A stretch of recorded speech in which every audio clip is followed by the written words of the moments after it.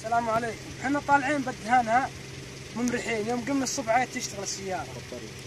البطارية خربانة. ناسين اللمبة شغالة لعله سوينا طريقة الصدق حلوة جابها الأخ فهد. ما أدري منين طلعها. قفينا الحبل سوينا تكاك.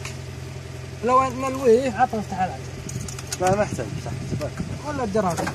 اسحب الحبل بس. ايه. قبل كذا قرب شوي.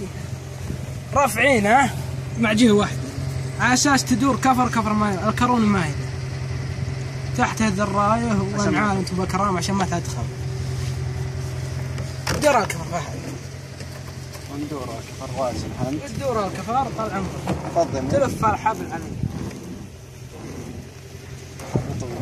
بس تبي لك حبل الصدق 10 متر انت رايح.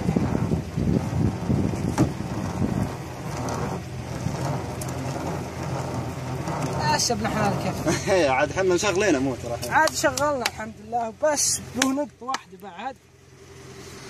جربنا مرتين. الفلتر غطى الفلتر على اساس يسهل دخول الهواء تشتغل اسرع ماكينة. مظبوط.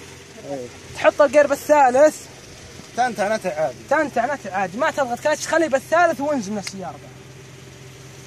وخال عاد ما شاء الله ما قصروا عيال سحبوه. سحبنا يسحبون الحبل.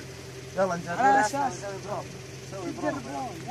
مشتغله هي الحين بس اوريكم شلون اشتغلت هي من اول شيء.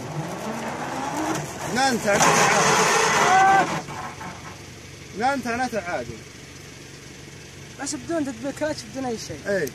بس الله محطه بالثالث وخالها تشتغل. انسان به شويه البطاريه يدق مع الشيء الثاني. لا تمشي.